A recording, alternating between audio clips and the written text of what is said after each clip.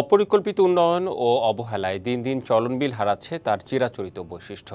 একসময় বছর জুড়েই পানি প্রবাহ থাকলেও বর্তমানে শুধু বর্ষা মৌসুমেই জৌলস ফিরে পায়। স্থানীয়রা বলছেন, বাঁধ, রাস্তা, কালভার্ট ও স্থাপনা নির্মাণ করায় বাধাগ্রস্ত হচ্ছে স্বাভাবিক প্রবাহ। এতে বিলুপ্ত হচ্ছে দেশি প্রজাতির বিভিন্ন ধরনের মাছ, হুমকিতে জীববৈচিত্র্য।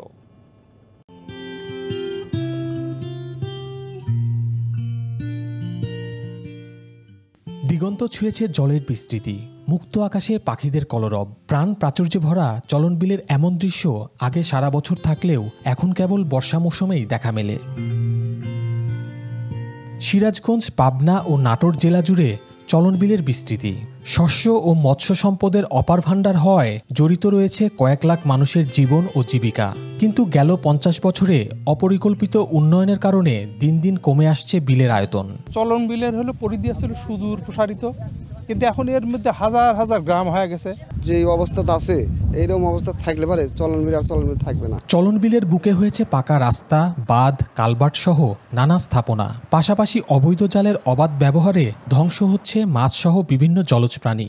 আপনার প্রিয় কাপড়ের যত্নে এলো এনজাইম সমৃদ্ধ Arik silver wash detergent powder, ৫০০ গ্রাম মাত্র ৭০ টাকা। প্রিমার্ক, যার প্রভাব পড়ছে পরিবেশ ও জীববৈচিত্র্যে।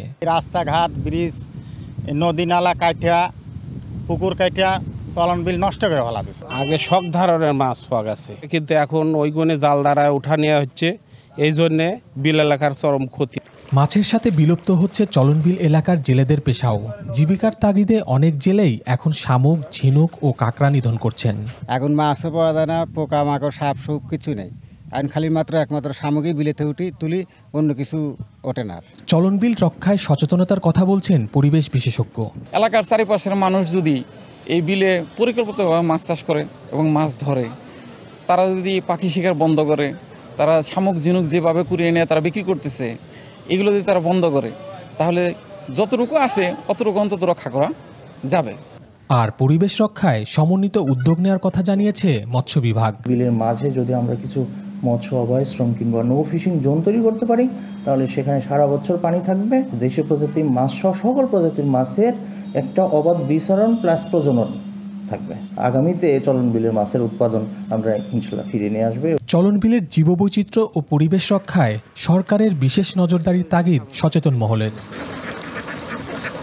খালিদ হৃদয়, ডিবিসি নিউজ, সিরাজগঞ্জ।